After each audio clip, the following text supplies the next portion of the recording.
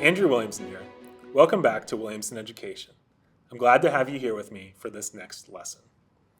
In our two most recent classes, we've begun exploring regular and irregular verbs, looking at the rules that govern the conjugation of most verbs in English, and then looking at the ways that these rules might not apply in certain circumstances. I've tried to communicate an important irony of regular and irregular verbs in English. The irony is that while there are relatively few irregular verbs in the language, many of the most commonly used verbs are themselves irregular.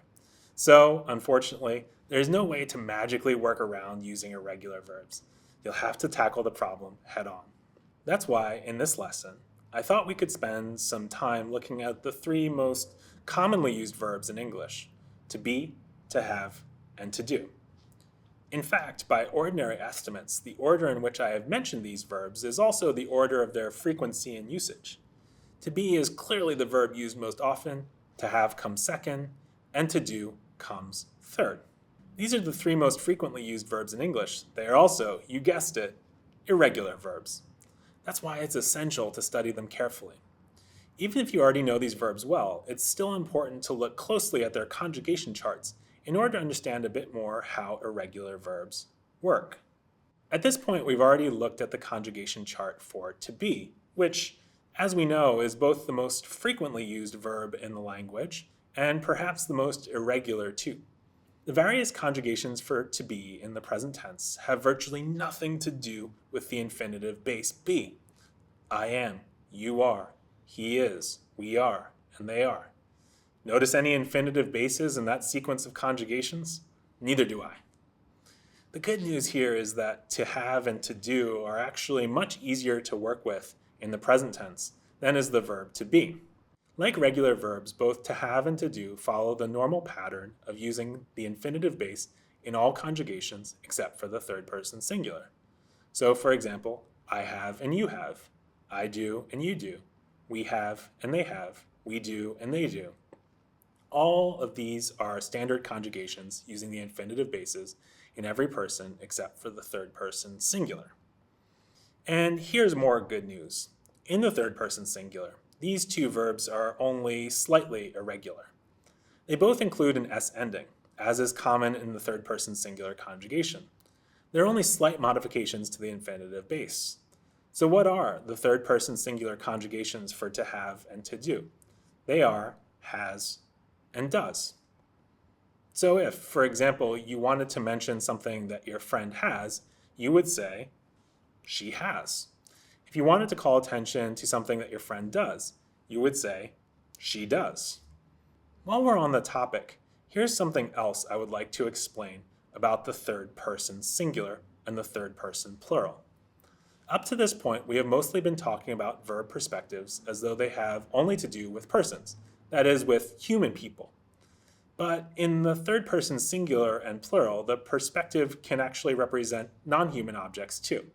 I'll say that one more time. The third person perspective can represent non-human objects in addition to human people. For example, let's say you wanted to talk about a house and you wanted to indicate how many rooms are in the house. You might say the house has 10 rooms.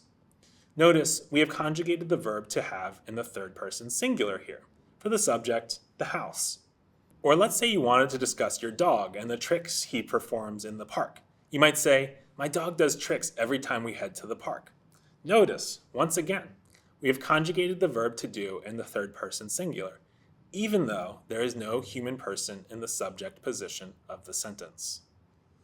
This is part of the reason that the third person is such an important perspective. It is involved every time there is a non-human object or entity in the subject position of a sentence. And let me tell you, that happens quite often.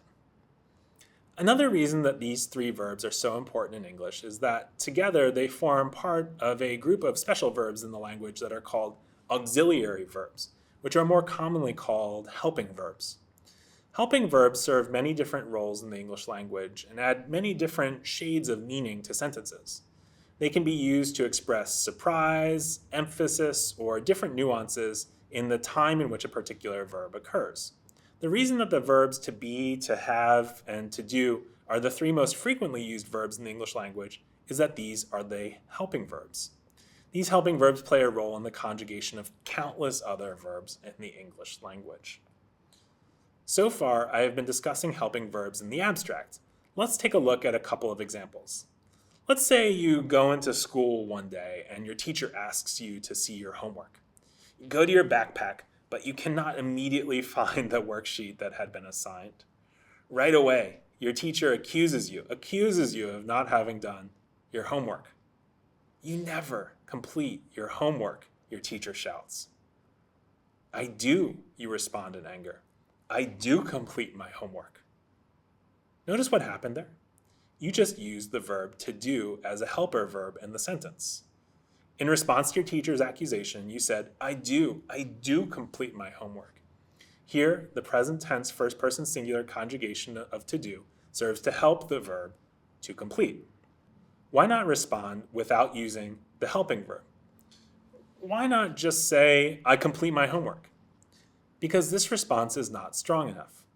It does not adequately respond to the negative claim your teacher has made. Your teacher claims that you never do a certain thing. You disagree, and for emphasis, you reply by using the helping verb do, in order to highlight the fact that you do complete your homework. With that, you reach into the deep recesses of your backpack and pull out a crumpled sheet of math problems. Congratulations on proving your teacher wrong. Helping verbs can also be used to indicate different nuances in verb tense, or the time in which a certain action occurs. Let's say, for example, that you are chatting with a friend who travels often. The friend asks, do you go to France? The helping verb do here adds a particular shade of meaning to the question. It suggests that the person asking the question wants to know whether I often or usually or frequently go to France. I might respond to the question like this. I have gone to France, but I don't really go often. In my response, the helping verbs have and do add extra layers of meaning to the verbs.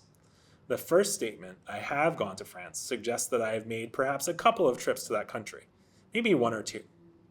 The second statement, I don't really go often, clarifies the meaning even further.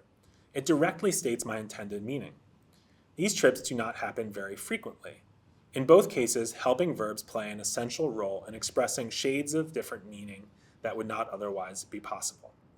We're coming up toward the end of the lesson here, but before we arrive, I just wanted to take a moment to say a word about the past tense for each of these three verbs, to be, to have, and to do. The past tense is irregular for all of them, meaning that the past tense is not formed by adding the particle ed to the end of the infinitive base. Rather, the conjugation is a bit different in all three cases.